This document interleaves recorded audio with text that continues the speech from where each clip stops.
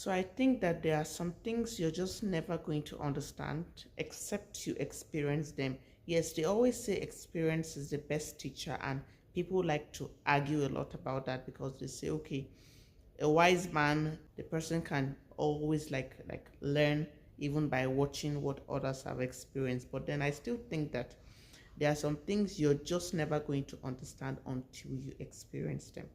And one of those things is motherhood.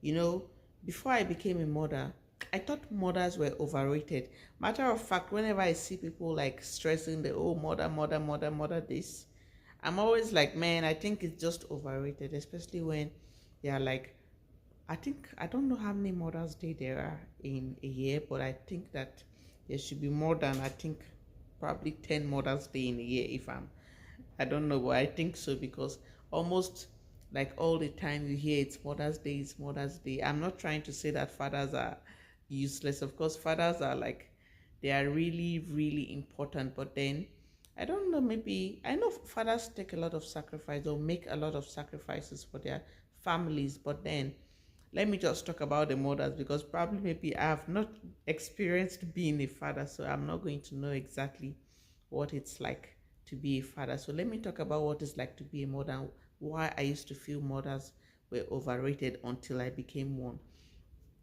You see, I think I met somebody about, I think early this week, and she was just trying to tell me, like, ask me what I've been into and what I've been up to. And I told her how, yeah, I've been very enthusiastic about well being, and that's apart from the food business that I run. I've just been enthusiastic about like well-being, like not just physical health, not just eating healthy foods, but of course eating healthy foods and having a healthy heart, having a healthy mind, having like peace of mind, inner peace. And into our conversation, she was just trying to tell me how, like, looking at me, she was like getting to think about herself when she had a baby. She said she was a mess when she had a baby because right now her oldest child is 12, the other one is 8, and she said she was actually in a mess that time and she just wasn't looking the way I was looking. So like I'm really doing a great job with the well-being thing, and I looked at it as a compliment. I think it was the first time that someone would get to give me such a compliment, and it melted my heart that oh, so what I've actually been studying and all it can actually show, because the truth is, being a mother has tested me in so many ways. Like most times at night, especially in the night, because I don't know, my daughter gets more annoying at night. During the day, it's easy to manage her, but once it's like nighttime, it just gets really like difficult because she doesn't want to sleep on time. I'm tired, and like it's a lot. And the crankiness, I'm trying to do this, I'm trying to do that, I'm trying to think about what I can like make out of my life, out of my career and all of that, and then the baby is there, and I feel it's a lot because I got to understand recently that it's actually because I am not understanding that being a mother itself is a career. Because probably if I get to understand it and see it from that aspect, I'll understand that being a mother alone is enough. So I don't have to be hard on myself.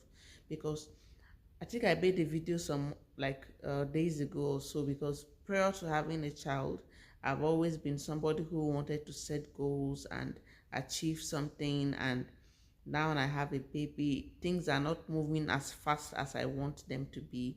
I'm not doing things as I would always do before. And I just had to tell myself, was it today, that first of all, I need to be grateful because I know people who are out there and they just wish was to be able to have a baby.